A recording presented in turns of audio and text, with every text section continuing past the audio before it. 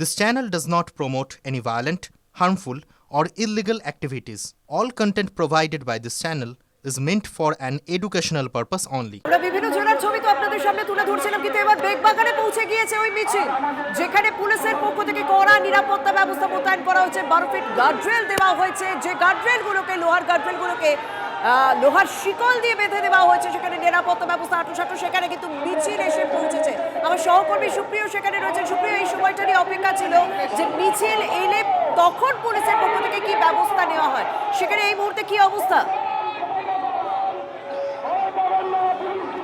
দেখো, তোমাকে কিছু সময় আগেও যে বিষয়টা বলছিলাম যে মিছিল ধীরে ধীরে এগিয়ে আসছে, কিন্তু একেবারে যে জায়গাতে ব্যারিকেড করা হয়েছিল পুলিশের তরফ থেকে, সেই বেগবাগান মোড়ে এই মুহূর্তে হিন্দুত্ববাদী সংগঠনের যে প্রতিবাদ মিছিল, সেই মিছিল এসে পৌঁছেছে এবং আসার পর এখানে কিন্তু তারা পুলিশের বাধার মুখে পড়েছে। এবং পুলিশি বাধার মুখে পড়ে আমরা যেটা দেখলাম যে সংগঠনের যারা সদস্যরা রয়েছেন, যারা আজকের এই প্রতিবাদ মিছিলে অংশ নিয়েছেন, তারা কিন্তু পুলিশের সঙ্গে কোনো রকম কোনো সরাসরি একেবারে ধস্তাধস্তি বা পুলিশি ব্যারিকেড বা পুলিশি বাধা উপেক্ষা করে এগিয়ে যাওয়ার কোনো চেষ্টা না করে পুলিশি বাধার মুখে পড়ে তারা কিন্তু রাস্তার উপরে বসে পড়ে সেখানেই কিন্তু তারা স্লোগান দিতে শুরু করেছেন। এবং সেক্ষেত্রে তারা যেটা দাবি জানাচ্ছেন যে তাদেরকে বাংলাদেশ ডেপুটি হাই কমিশন পর্যন্ত পৌঁছে দিতে হবে এবং সেখানে গিয়ে তারা ডেপুটেশন জমা করবেন। এবং আজকের এই প্রতিবাদ মিছিল মূলত ইউনিট সরকারের বিরুদ্ধে এবং সেখানে যে হিন্দু নিধনের ঘটনা ঘটে চলেছে, হিন্দুদের উপরে অত্যাচারের ঘটনা ঘটছে, বাড়ি ভাঙচুরের মতো ঘটনা ঘটছে, সেই সমস্ত ঘটনার পরিপ্রেক্ষিতে সেখানকার সরকার বা প্রশাসন কি পদক্ষেপ নিচ্ছে সেটাই কিন্তু তারা ডেপুটেশন আকারে পরিস্থিতির ছবি আমাদের সামনে তুলে ধরো। আমাদের অপর সহকর্মী সোমা আছে তো সঙ্গে, শুভজিৎ। সোমার কাছে সরাসরি চলে যাব। সোমা, এই মুহূর্তে ছবিটা একবার।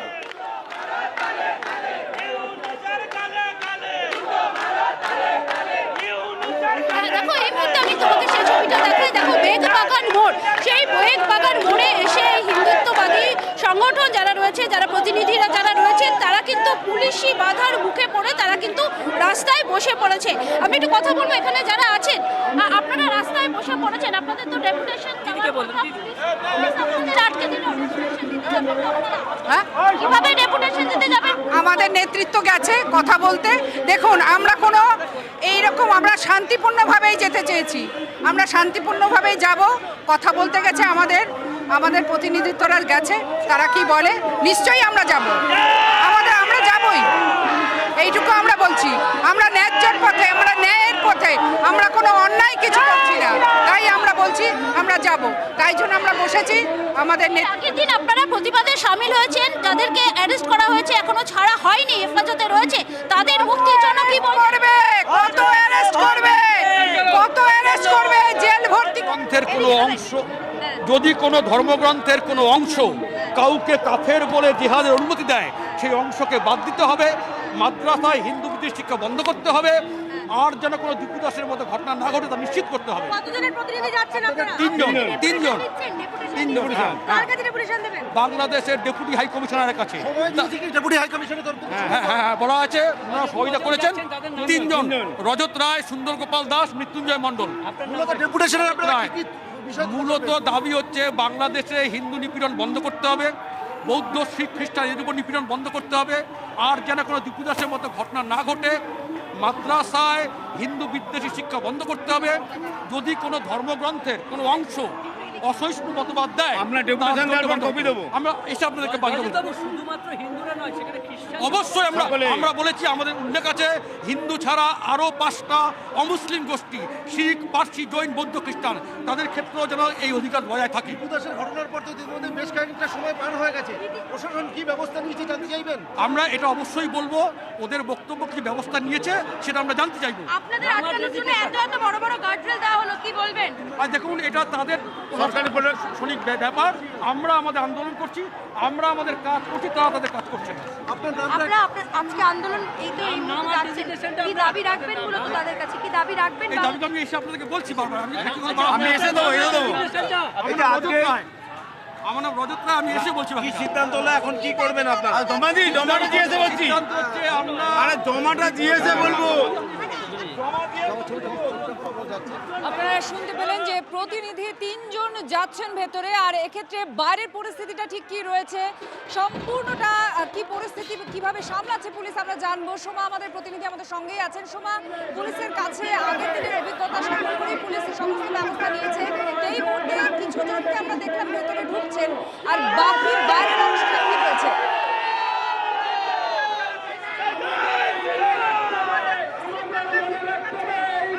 দেখতে পাচ্ছ বাইরে, অর্থাৎ একেবারেই দূতাবাসের বাইরে, সেখানে কিন্তু এই হিন্দু যে সংহতি সংগঠন তারা বাধাপ্রাপ্ত হয়েছে পুলিশের কাছে, এবং তারা যেটা বলছে তারা শান্তিপূর্ণভাবে কিন্তু ডেপুটেশন জমা দেওয়ার জন্য তারা এসেছে।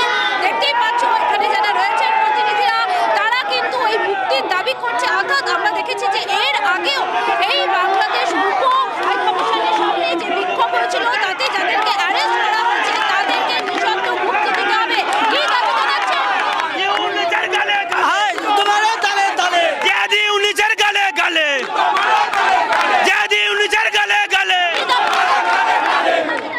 হ্যাঁ বলুন। কি দাবি জানাচ্ছেন? পুলিশেরও মনে রাখতে হবে যে ওদেরও দিন আসবে। ওরা একসময় লুকিয়েছিল যখন হিন্দুদের উপর অত্যাচার হচ্ছিল পশ্চিমবঙ্গে, মুর্শিদাবাদে যখন হিন্দুদের উপর অত্যাচার হচ্ছিল, ওই পুলিশ কিন্তু সামনে যায়নি, মমতার পুলিশ সামনে যায়নি। আজকে আমরা হিন্দুরা প্রতিবাদ করছি, আমাদেরকে বাধা দিচ্ছে। আমরা এর একটা শেষ চাই। এই সংগঠনের প্রতিনিধিরা তারা রাস্তায় বসে পড়েছে। অন্যদিকে দেখো পুলিশের যে ব্যারিকেড, সেই ব্যারিকেড তৈরি করে রাখা হয়েছে। প্রথমে তারা আসে এবং আসার পরেই কিন্তু পুলিশের কাছে তারা বাধাপ্রাপ্ত হন, অর্থাৎ পুলিশ তাদেরকে আটকে দেয়। এই মুহূর্তে পুলিশের তরফ থেকেও কিন্তু ব্যারিকেড করে রাখা হয়েছে, এবং এই সংগঠনের তরফ থেকেও কিন্তু জানানো হচ্ছে যে তারা শান্তিপূর্ণভাবেই আজকে তারা ডেপুটেশন জমা দিতে এসেছেন, কিন্তু পুলিশের ব্যারিকেড রয়েছে, সেই ব্যারিকেড টপকে তারা যাবেন না, সেটাই কিন্তু আজকে তারা বলছেন। এবং তাদের থেকে বেশ কয়েকজন প্রতিনিধি তারা কিন্তু ভেতরে গিয়েছেন এবং সেখানে গিয়ে কিন্তু তারা ডেপুটেশন জমা দেওয়ার কাজটি করছে। কিন্তু অপরদিকে আমরা দেখছি এখানে কিন্তু বিক্ষোভে সামিল হয়েছেন হিন্দুত্ব সংগঠনের প্রতিনিধিরা। তারা রাস্তায় বসে পড়েছেন, রাস্তায় বসে পড়ে তারা প্রতিবাদ করছেন, এবং যেটা একেবারে প্রথম থেকেই তারা বলে চলেছেন, বাংলাদেশে দীপু দাস হত্যার সে প্রতিবাদ, সেই প্রতিবাদ একদিকে যেমন রয়েছে, অন্যদিকে বাংলাদেশে হিন্দুদের ওপর অত্যাচার করা হচ্ছে সেই প্রতিবাদও কিন্তু তাদের রয়েছে। এবং বাংলাদেশ হাই কমিশনের উপ হাই কমিশনের কাছে ভেতরে তারা গিয়েছে এবং তারা ডেপুটেশন দিয়ে তারা কিন্তু বাংলাদেশে যে হিন্দুরা রয়েছে তাদের নিরাপত্তার জন্য কি কি ব্যবস্থা নেওয়া হচ্ছে, কি কি ব্যবস্থা তারা ইতিমধ্যে রয়েছে, এই ধরনের অত্যাচার নৃশংস হত্যা কেন হচ্ছে সেটা জানিয়েই কিন্তু তারা ভেতরে গিয়ে সেখানে ডেপুটেশন জমা দিচ্ছে। অপরদিকে কিন্তু এই ঘটনার তীব্র প্রতিবাদ করে এই হিন্দুত্ববাদী সংগঠন তারা প্রতিবাদে সামিল হয়েছেন, তারা একেবারে রাস্তায় বসে পড়েছেন। তবে তারা কিন্তু বলছে যে আজকে তারা পুলিশের ব্যারিকেড টপকে কোনোভাবেই যাওয়ার চেষ্টা করবেন না, তারা শান্তিপূর্ণভাবেই এই আন্দোলনে তারা সামিল হয়েছেন। এবং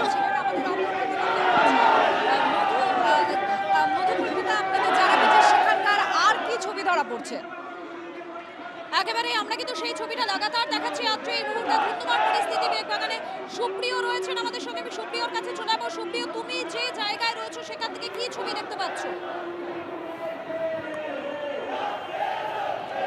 দেখো, এখানকার পরিস্থিতি কিন্তু পুরোটাই এখনো পর্যন্ত নিয়ন্ত্রণের মধ্যেই রয়েছে, কারণ পুলিশের তরফ থেকে তেমনটাই জানানো হচ্ছে। বিশাল সংখ্যক পুলিশ বাহিনী এখানে মোতায়েন রয়েছে। তার সঙ্গে যে ছবিটা আমরা আগে থেকেই দেখাচ্ছিলাম, প্রায় 12 থেকে 14 ফুট উচ্চতার লোহার গার্ডরেল দিয়ে এখানে ব্যারিকেড করা হয়েছে। যদিও এই হিন্দুত্ববাদী সংগঠন বা আজকের এই প্রতিবাদ মিছিলে যারা অংশ নিয়েছেন তারা যখন বেগবাগানের কাছাকাছি এসে পৌঁছন, সেখানে পুলিশের বাধার মুখে পড়ে তারা রাস্তার উপরে বসে কিন্তু এখন ওপার বাংলার অর্থাৎ ইউনিট সরকার বিরোধী স্লোগানে তারা সুর চড়াতে শুরু করেছেন।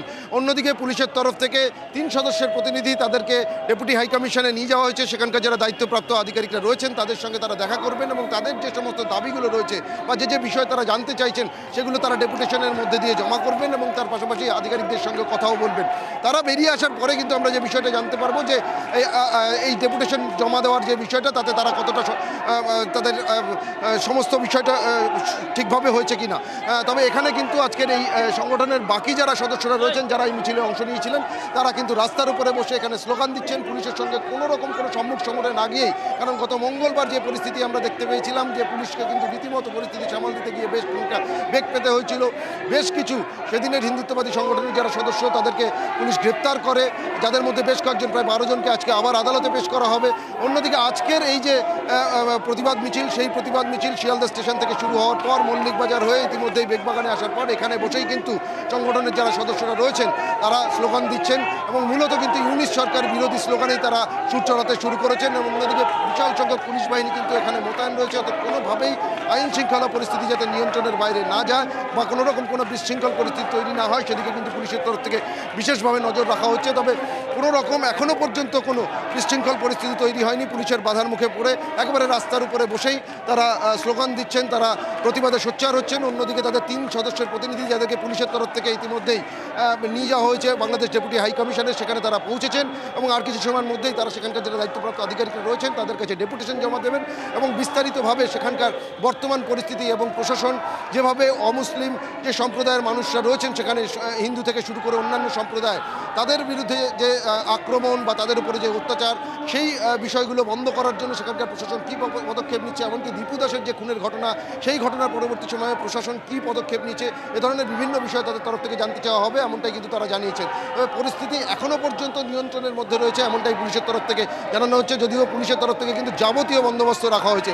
এমনকি এখানে বেশ কিছু পুলিশের তরফ থেকে ভিডিওগ্রাফির ব্যবস্থা করা হয়েছে, অর্থাৎ কোনোভাবে যাতে কোনো রকম বিশৃঙ্খল পরিস্থিতি তৈরি হয় সেই পরিস্থিতিতে কোনো রকম উস্কানি থাকছে কিনা সেগুলো যাতে নজর রাখা যায় তার জন্য কিন্তু যাবতীয় বন্দোবস্ত রাখা হয়েছে। দেখতেই পাচ্ছ পুলিশের যারা এখানে রয়েছেন, ফোর্সের যারা রয়েছেন, মহিলা পুলিশ রয়েছেন, তারা কিন্তু রীতিমতো বডি প্রোটেক্টর থেকে শুরু করে হেলমেট থেকে শুরু করে সমস্ত কিছু সঙ্গে নিয়েই তারা কিন্তু এই পরিস্থিতি সামাল দেওয়ার জন্য কর্তব্যরত অবস্থাতে রয়েছেন। তবে এখনও পর্যন্ত পরিস্থিতি নিয়ন্ত্রণে রয়েছে।